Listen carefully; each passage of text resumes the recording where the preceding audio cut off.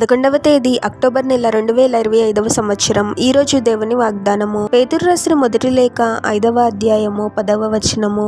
కొంచెము కాలము మీరు శ్రమపడిన పిమ్మట తానే మిమ్మును పూర్ణులనుగా చేసి స్థిరపరిచి బలపరుచును. సహోదరి సహోదరులారా, మన జీవిత కాలంలో ఎన్నో రకాల శ్రమలు ఎదురవుతూ ఉంటాయి. అసలు సమస్య లేని మనిషి ఉండడు. ఒకానొక పరిస్థితిలో ప్రతి మనిషి ఏదో ఒక శ్రమ గుండా వెళ్లాల్సి ఉంటుంది.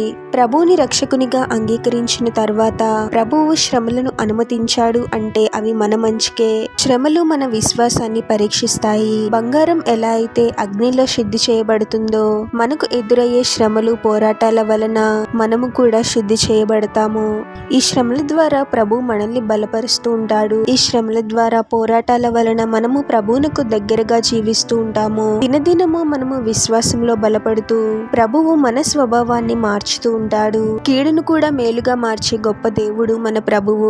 శ్రమల కాలంలో ఉన్నప్పుడే మన విశ్వాసము బయటపడుతుంది. ఎటువంటి శ్రమ ఇబ్బంది గుండా మనం వెళ్తూ ఉన్నప్పటికీ ప్రభుపై విశ్వాసాన్ని కలిగి ప్రభువులో బలంగా స్థిరంగా ఉండాలి. ప్రభువే ఆ విధముగా మనల్ని బలపరిచి స్థిరపరుస్తాడు.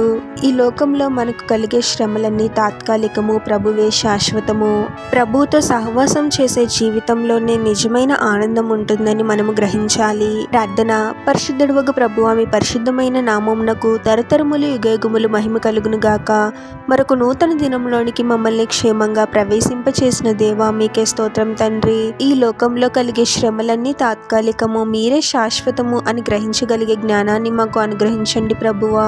శ్రమల కాలంలో కూడా మీ పైన గొప్ప విశ్వాసాన్ని కలిగి ఉండి విశ్వాసంలో అభివృద్ధి చెందడానికి మాకు సహాయం చేయండి తండ్రి. ఈ శ్రమల ద్వారా మేము విశ్వాసంలో బలపడుతూ శుద్ధి చేయబడాలి తండ్రి. మా స్వభావాన్ని మీకు నచ్చే విధంగా మార్చండి ప్రభువా. మీరే మమ్మల్ని బలపరచండి తండ్రి.